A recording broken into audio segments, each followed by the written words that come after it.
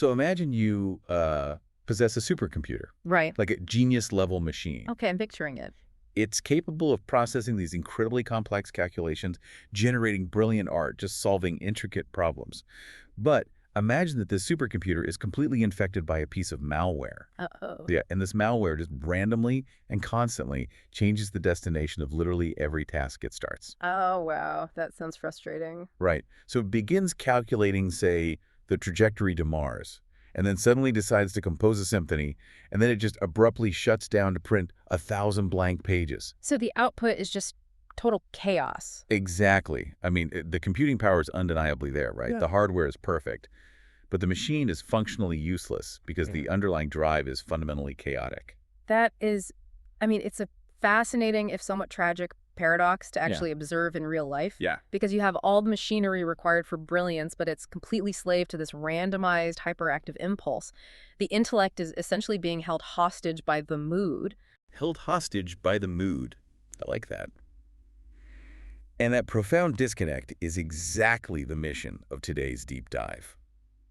Welcome in, everyone. We are unpacking this fascinating historical psychiatric paper that attempts to map out this exact phenomenon for you today. It really is like a medical time capsule. It totally is. It's this text where the author tries to define a very specific constitutional state that they refer to as, and I love this term, sanguine inferiority. Yeah, or like a chronic manic mood disorder. Right.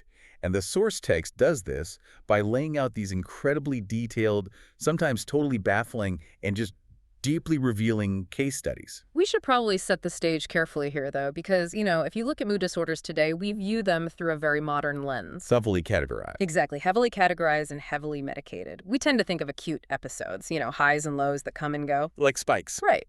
But this author, who was operating in an earlier era of psychiatry, they were trying to isolate something totally different. They weren't looking for temporary manic episodes, right? No, not at all. They were trying to define a permanent, lifelong baseline.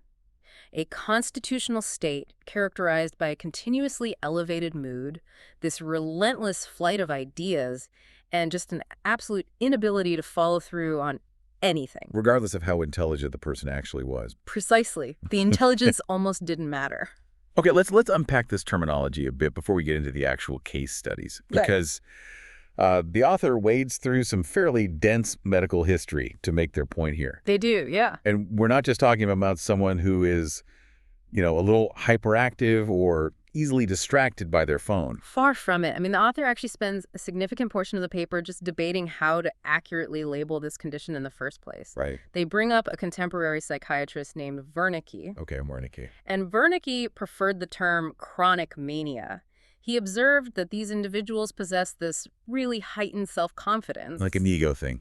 Kind of. It isn't full-blown megalomania, like they don't necessarily think they are literal gods, at least not initially, but they have this unshakable certainty in their own abilities. Which I guess would actually help them succeed at first, right? Oh, absolutely. It helps them at the very beginning of their endeavors because they're so confident. But Wernicke pointed out that they inevitably just clash with society. Why? Just because they're too arrogant? Well, because they completely disregard laws, customs, and basically the feelings of everyone around them. They demand infinite patience and consideration from everyone else, but they offer absolutely none in return. Okay, but see, I see where the author of our paper pushes back on that. Because if you just define the condition as heightened self-confidence and clashing with society, I mean, that could describe half the people on the internet today. Right, yeah, it's a bit broad. Yeah, the author argues that Wernicke's chronic mania is just way too vague. It could apply to ordinary egocentrics or just people with a massive sense of entitlement, And that is the exact distinction the text tries to draw. To get a precise diagnosis, the author prefers this term sanguine inferiority, which was actually coined by someone named Van Deventer. Sanguine inferiority. Right. And to meet this criteria, a person has to exhibit very specific cardinal symptoms. It's not enough to just be arrogant or butt heads with authority. The underlying architecture of the mind actually has to be altered. Exactly. The author points to profound emotional lability, an overwhelmingly elated mood, flight of ideas, and intense distractibility. And the moral defects. Any moral defects like arrogance, lying, substance abuse, those have to be a direct consequence of those underlying cognitive misfires, not the root cause itself. Okay, I want to pause on two of those terms real quick. Yeah. Emotional ability and flight of ideas. Because the text relies heavily on them, and I want to make sure you, the listener, are totally clear on the mechanics of what's happening here. Let's break them down. So emotional ability essentially means the brain's emotional shock absorbers are just completely broken. Wow, shock absorbers. That's a great way to put it. Yeah, the threshold for an emotional response is practically zero. So, a minor inconvenience might provoke uncontrollable screaming rage, Right. and an ordinary joke might trigger hysterical rolling on the floor laughter. The emotional whiplash is just instantaneous, and it lacks any proportional restraint. It's all dialed up to 11 all the time. Exactly. And what about flight of ideas? So that refers to the brain's inability to suppress irrelevant associations. Okay, meaning what exactly? Normally, if you decide to make a cup of coffee, your brain filters out thoughts about, say, the history of coffee beans or the specific shade of blue on your mug so you can actually just focus on boiling the water. Right, you just do the task. But in a flight of ideas, the brain just rapid fires through every single loose association without filtering anything. Because you never get the coffee made. Exactly. The sheer volume of ideas prevents any single idea from being executed. Okay, so here is where I get a bit stuck on the underlying logic of this paper. If these individuals are, as the text repeatedly emphasizes, highly intelligent, like often scoring at the top of their classes, reading complex literature, grasping these difficult concepts, Which they are, yes. then why can't they just think their way out of the problem? I mean, if you are smart enough to understand that your actions are ruining your life, shouldn't that intellect act as a set of brakes? See, that question why intellect fails to override impulse is the central mystery the author uses these case studies to solve. Oh. The text shifts from theory to practice by presenting patients where high intelligence meets an absolute lack of perseverance. And the author specifically groups case A and case B together. To show what? To show how this underlying lability often masquerades as something else entirely, specifically severe substance abuse. Right. Okay, let's look at how this disorder actually manifests in the human life. Let's start with case A. Case A, the businessman. The businessman, born in 1875. And the detail that really stood out to me here was the trigger. Like, he was a bright, totally normal kid until he suffered a severe bout of diphtheria at age 12. Yeah, a major physical illness. Right. And after that illness, his entire personality seemingly shifted overnight. The text notes he became lazy, superficial, and entirely devoid of perseverance. The author seems to view that physical illness as the catalyst. Like, it altered his neurological baseline, shifting him into this permanent sanguine state. But the crazy thing is, he clearly still has the intellectual horsepower. Oh, yeah. He breezes through high school, finishes at the top of his class with minimal effort. He does a year of military service, and then basically just turns into the ultimate socialite. But he's fueling this nonstop manic socializing with alcohol. A full bottle of alcohol. Yeah. That he just keeps on his person to, quote, calm his tremor. He's self-medicating. Totally. And he's sleeping maybe 4 hours a night. Then, when he's sent abroad for business, he openly mocks and insults the uncle who employs him, which of course gets him fired immediately. The clash with societal norms is just flagrant. He burns bridges without a second thought. But, okay, the part of case A that completely baffled me happens when he's finally institutionalized. When he talks to the doctor. Yes. He sits down with the asylum doctor, and he is astonishingly self-aware. Like, he buys over 100 books with the intention of studying them, but he leaves half of them unread. He signs up for 3 drawing lessons and just quits. Classic flight of ideas. Right. But he doesn't make excuses for it. He proudly tells the doctor, this is a quote, "You see, I am the most cultured and well-read superficial person." He knows exactly what he is. He knows.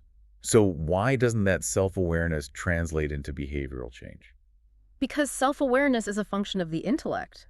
And in these cases, the intellect is entirely divorced from the mechanism of action. Just watching the car crash? Essentially, yes. He can perfectly observe his own chaotic behavior, but he has absolutely no structural ability to command his own focus. And the text pairs him with case B to demonstrate that this mechanism holds true even in the darkest, most traumatic circumstances. Man, Case B is a difficult read, but psychologically it is incredibly revealing. It's a very heavy case study. Yeah.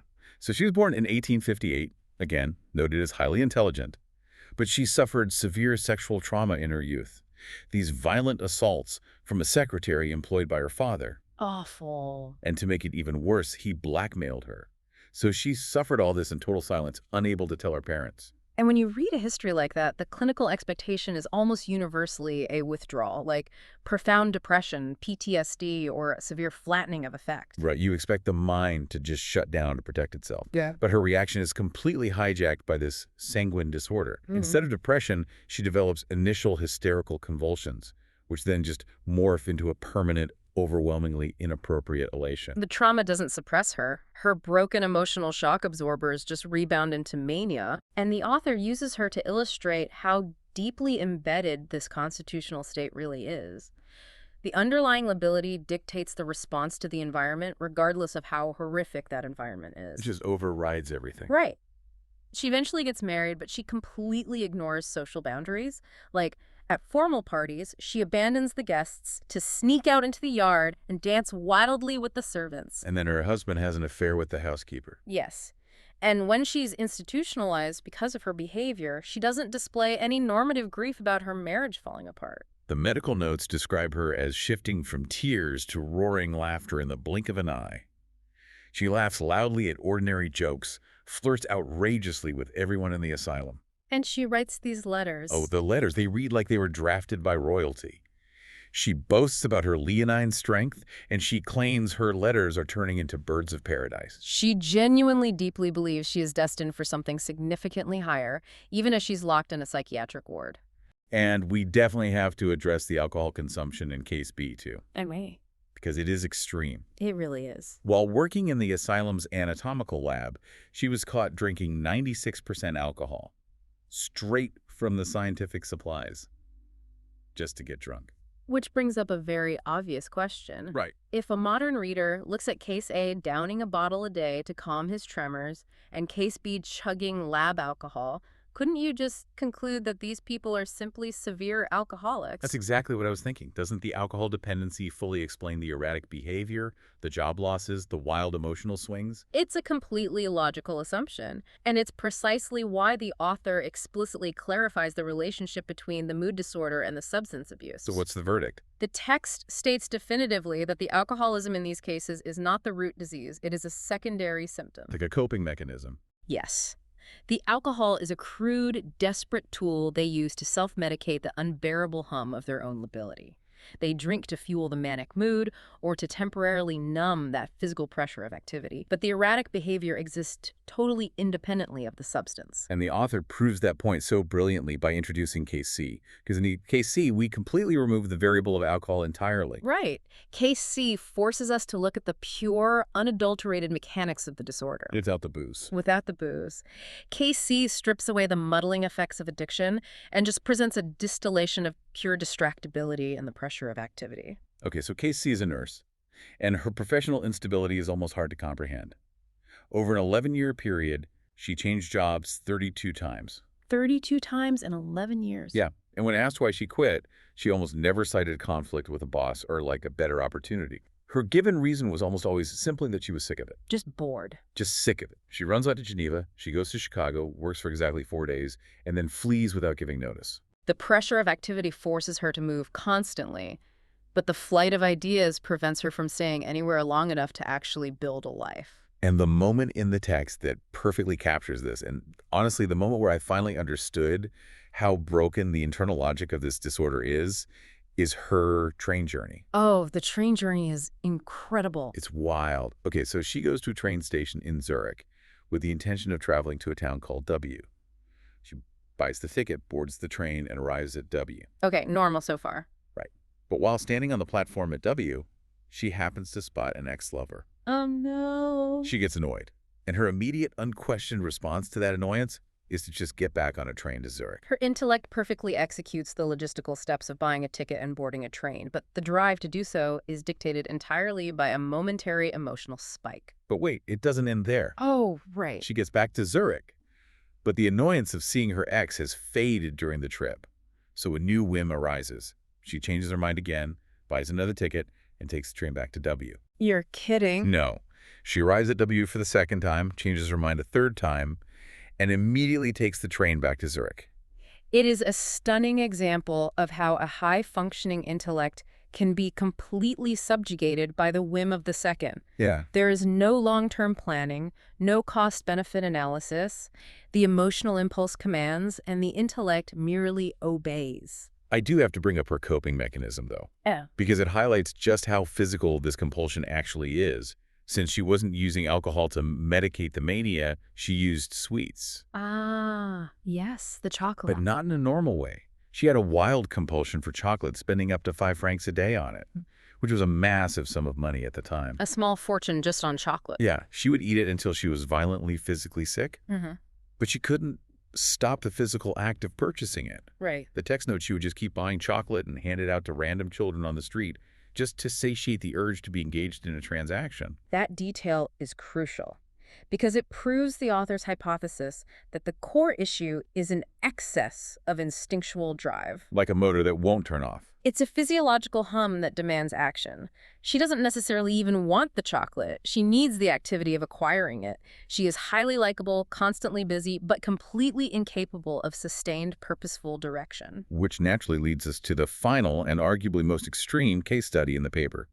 Case D. Case D. Because if Case C shows us what happens when this disorder causes pure, localized restlessness, Case D shows us what happens when this permanent manic state collides with absolute delusions of grandeur. Case D is referred to as the tramp prophet. The tramp prophet. He was a painter by trade, possessed excellent intelligence and great school reports, but at age 19 the wanderlust kicked in and he just never stopped moving. The contrast between his physical reality and his internal reality is jarring. I mean, he lived a life of horrific physical deprivation. He wandered the countryside in freezing temperatures, chronically starved. So sleeping in barns. Sleeping in barns on piles of hay. He literally walked around with his shoes tied to his feet with pieces of string because they were falling apart. Yet inside his own mind, he was a literal deity. He actually suffered a delirious state brought on by severe cold and starvation, during which he believed he was the Pope. Unbelievable. And later, when he was finally brought into the asylum, the delusions evolved. He openly referred to himself as a new messiah. He spent his time writing an 80-page opus, which was largely incoherent, but filled with this unbounded, soaring glorification of himself. And he sent it to the Pope, right? He addressed it directly to the Pope because he considered himself an absolute equal in terms of infallibility. The grandiose claims he made to the doctors are just wild. He claimed he possessed a secret substance that could transform a dog into a golden scarab in the twinkling of an eye. Golden scarabs. Yeah. And my favorite detail, when the asylum administrators tried to give him a job painting the chapel just to keep him busy, he sneakily painted tiny figures of devils into the natural veins of the chapel's marble. That is amazing. Right. He's standing there in rags, living off asylum food, yet he calmly explains to the doctors that he isn't meant to work for a living because he is simply waiting for the exact moment when he will unveil a new system of world communications. What the author finds truly remarkable about Case D, though, isn't the delusion itself. It's how his intellect works overtime to protect his ego from reality. Oh, yeah.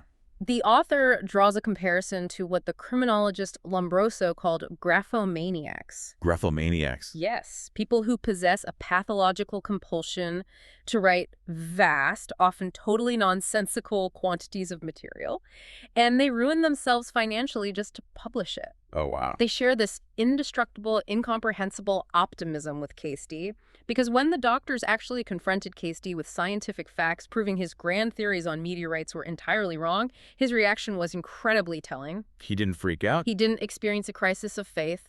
He didn't get angry or defensive like a typical paranoiac who desperately needs the outside world to validate their delusions. He just shrugged off. Exactly. He cheerfully admitted that, well, even the greatest scholars have been mistaken, and he simply moved on to his next grand theory. His ego remained completely unbruised.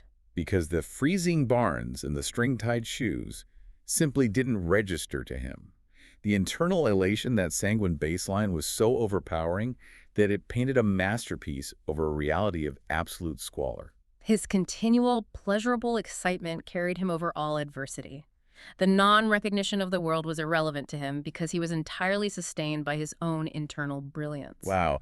Okay, so if we pull all the threads of these case studies together, we are looking at a superficial businessman who self-sabotages, a traumatized socialite who dances with servants, a nurse who rides trains back and forth on a whim, and a vagabond painter who believes he is the Messiah. Quite the lineup. Truly. And the author points out the flagrant contrast in every single one of them.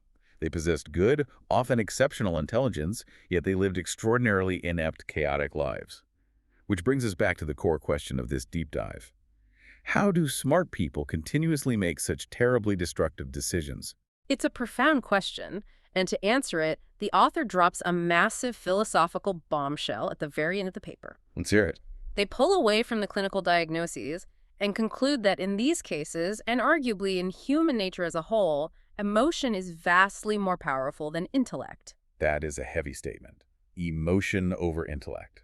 The author turns to the philosopher Arthur Schopenhauer to anchor this point. Schopenhauer famously argued, quote, "Man ever does what he wills, and does so by necessity.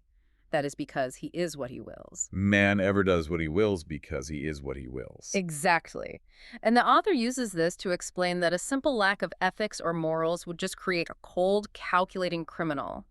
But an excess of instinctual drive, this overly sanguine temperament, creates a human being who unthinkingly flies off the rails because their underlying nature demands chaotic movement. Logic isn't even a factor in the equation. The intellect is entirely secondary. It's not the one driving the car. The intellect is entirely secondary. Precisely.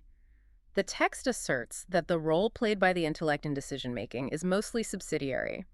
We like to imagine our intellect as the CEO of our brain, rationally weighing options and making the final call.